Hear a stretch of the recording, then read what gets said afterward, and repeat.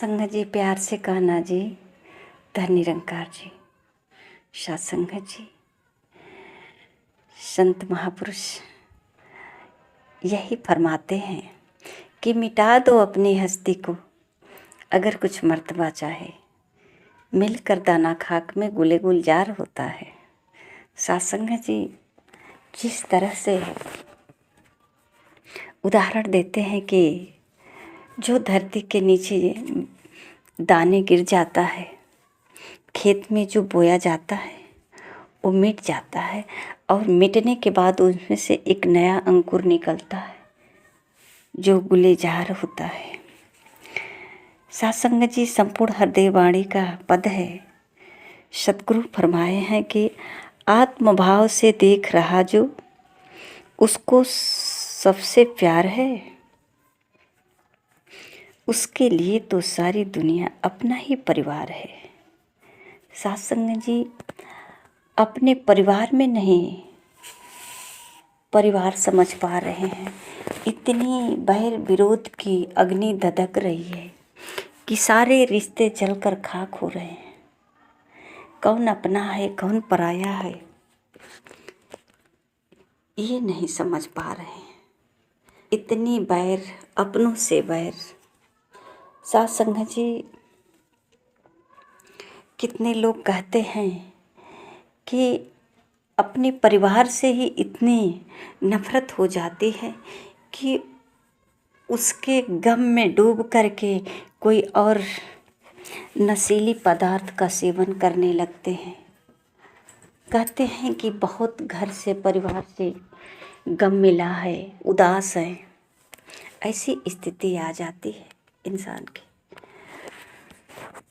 और भुलाने के लिए उसे इस तरह का नशीली पदार्थों का सेवन करना पड़ता है। कितना दिन तक कैसे वो गम को भूल सकता है। सत्संगत जी जो भी सतगुरु के संतों का चरण में आया उसके लिए ऐसी कोई नशीली पदार्थों का सहारा नहीं लेना पड़ा, क्योंकि सतगुरु के वचनों में ही इतनी नशा है कि ये इसी नशे में हमेशा चूर रहता है। जैसा कि हम इतिहास में भी देखते हैं, जितने भक्त हैं सतगुरु से ज्ञान प्राप्त करके हर समय प्रभु के नशे में चूर रहते हैं। संसार जी अपनी बाणी में फरमाते हैं कि सुन सुन निंदा संत हरि का चित्त में कभी न लाते हैं। हरि नाम का पी पी अमृत गीत प्रभु का गाते हैं। उन्हें कोई गम नहीं, कोई फिक्र नहीं। वो बेगम होकर के आत्मभाव से देख रहा है। सब में एक ही आत्मा, और ये आत्मा कौन है? परमात्मा। सत्संगत जी कहते हैं कि छोड़ दे ये प्याला शराब का गुलशन, गम भुला दे ऐसी कोई शराब नहीं। सत्संगत जी ये इतिहास साक्षी है। ये जितने भक्तों का हम मिसाल देते हैं ना, ये सारे नशे में धूत हैं। ये जो नशा इनको चढ़ी है ये दिन रात निरंतर शाश्वत है। ये ऐसा नहीं है कि 2 घंटे 4 घंटे तक रहेगी। ये निरंतर नशा चढ़ी रहती है। ऐसी नशा है, वो नशा सिर्फ सतगुरु के चरणों में ही मिल सकती है। सतगुरु के चरणों में आने पर ही सारे गम को भूल सकते हैं। कहते हैं ये मन बुद्धि से परे हैं और इनसे जो नाता अपना जोड़ लेता है वहाँ उसको अपनी बुद्धि नहीं बल्कि कहा जाता है कि बिन सत्संग विवेक न होई। तो सत्संगत जी जो सत्संग में संतों महापुरुषों से अपना स्नेह रिश्ता बना करके अपना जो जीवन बिताते हैं, सत्संग में समय देते हैं, संतों महापुरुषों से बातचीत करके जो अपना रिश्ता बनाते हैं उसे कोई गम नहीं, वो बेगम होता है। वो उसे विवेक जो है, उसे विवेक ऐसे सही रास्तों से गुजरता है, उसके लिए अब कोई अनजान नहीं, सब अपना अपना सा लगता है। सत्संग जी, सब में एक ही नूर परमात्मा का इस सद्गुरु दिखाया है। कहते हैं कि प्यार है पूजा, प्यार इबादत, प्यार खुदा की नेमत है।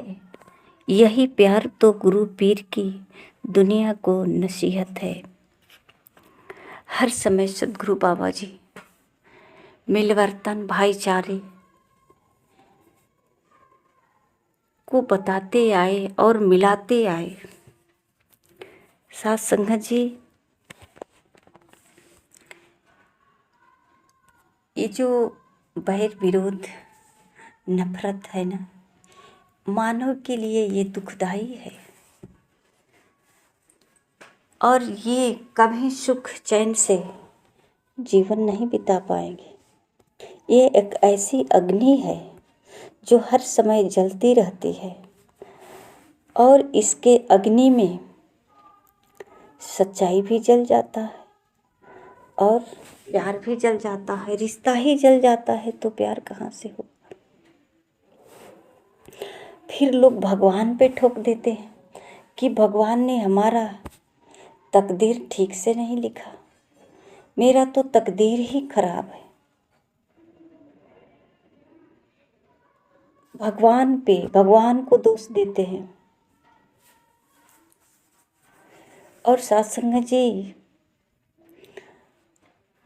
महापुरुष कहते हैं कि भगवान तो एक कोरा कागज भेजते हैं, कोरा कागज की तरह। लिखना तो हम अपने कर्मों से सीखा है। जैसा कर्म करते हैं उस कोरे कागज पे लिखा जाता है और हमारे कर्मों का ही फल मिलता जाता है। सत्संग जी, छोटी सी संदेश संत महापुरुष देते हैं कि अगर हमें कुछ देने से ही मिलता है तो किसी को गाली क्यों दे, जो गाली के बदले गाली मिले। क्यों ना उसे दुआ दें, जो दुआ के बदले दुआ मिले। दुआ देंगे तो दुआ के बदला ही दुआ मिलेगा, तो हमारा जीवन सुखी होगा। पर ऐसा होता नहीं है, ऐसा नहीं होता है। लोग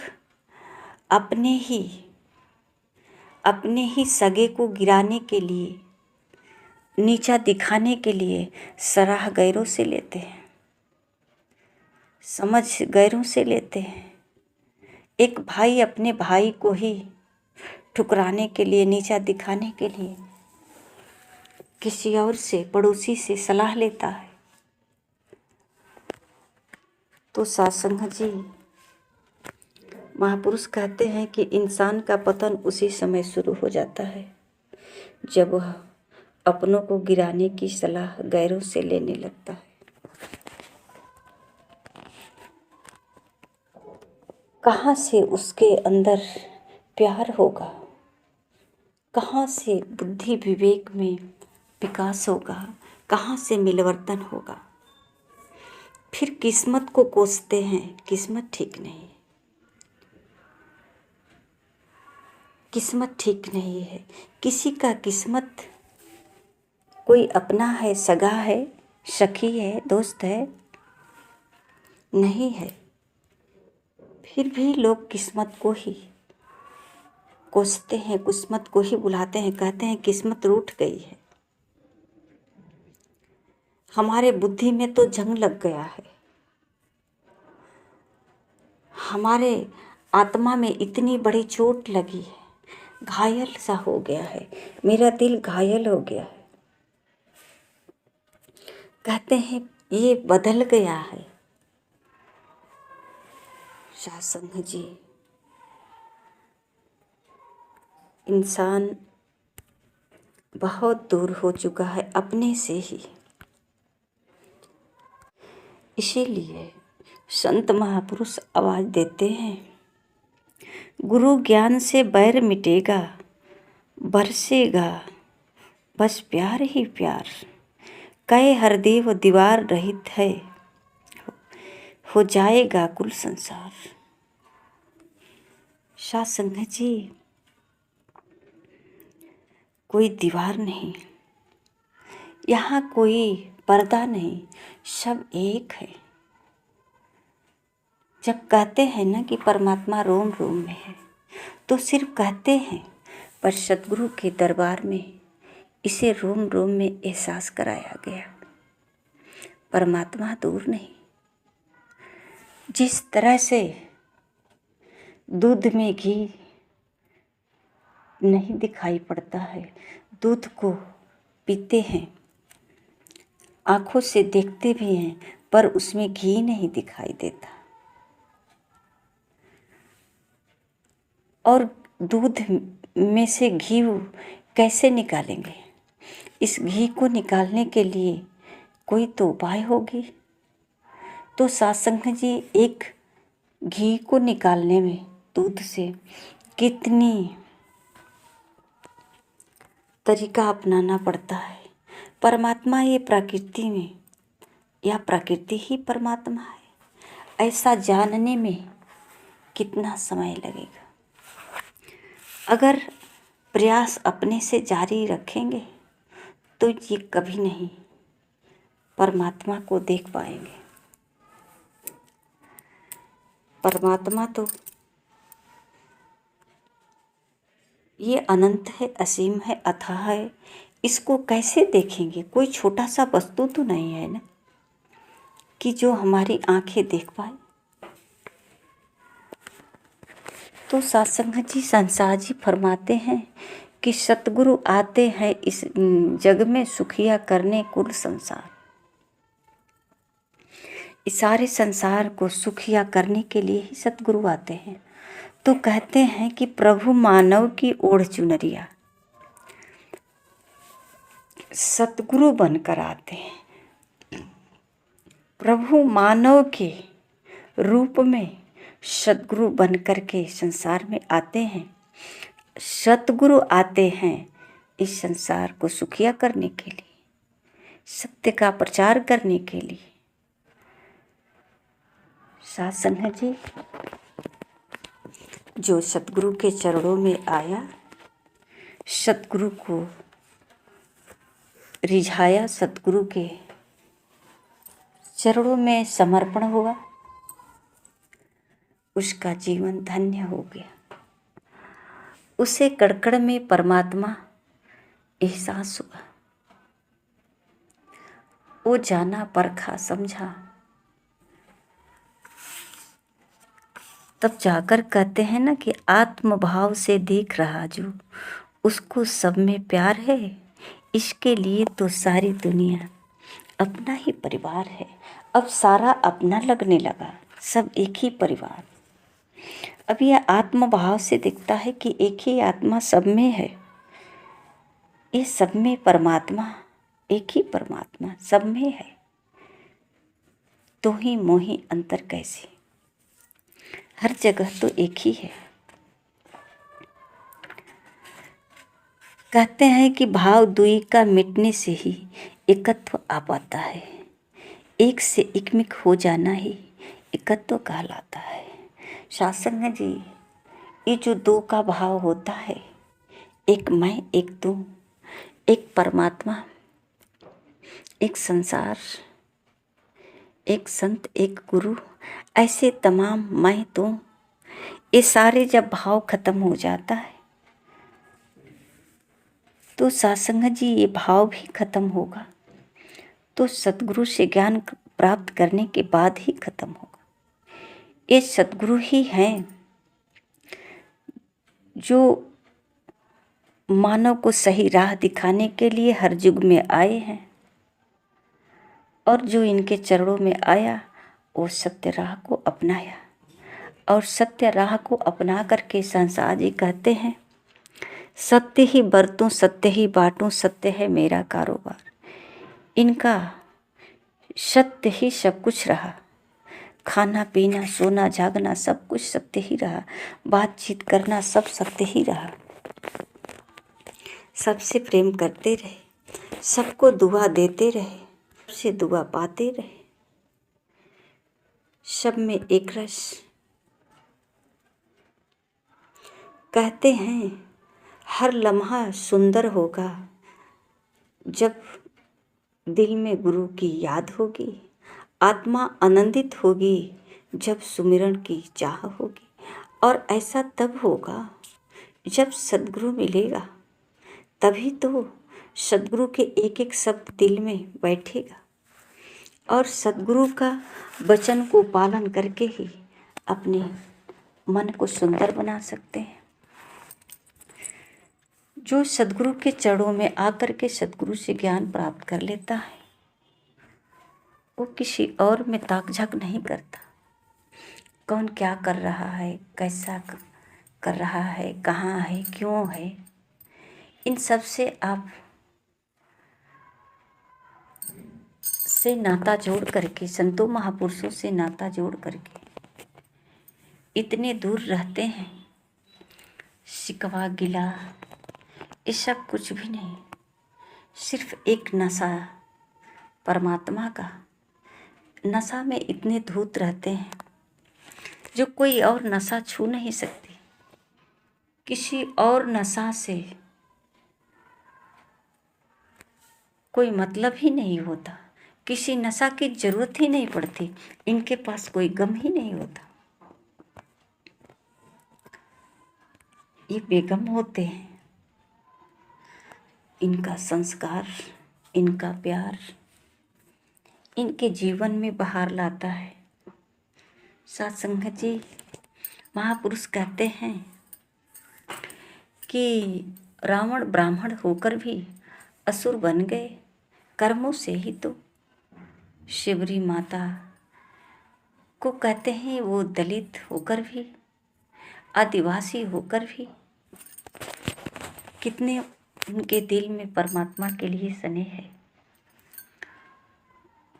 तो नियति सिर्फ आपके कर्मों से ही तय की है, जन्म और जाति से नहीं। किस जाति का है, कहाँ जन्म हुआ है, किस घड़ी में हुआ है, कहीं जन्म हो, किसी घड़ी में हो, संस्कार कैसा हो, संस्कार कैसा हो, बस संस्कार सारे सुख दुख टिका है। तो सत्संग जी, ऐसा तो कोई नहीं है जो जिसके पास सही संस्कार नहीं हो। सब तो कोई ऐसा कह भी नहीं सकता है कि मेरा संस्कार सही नहीं है।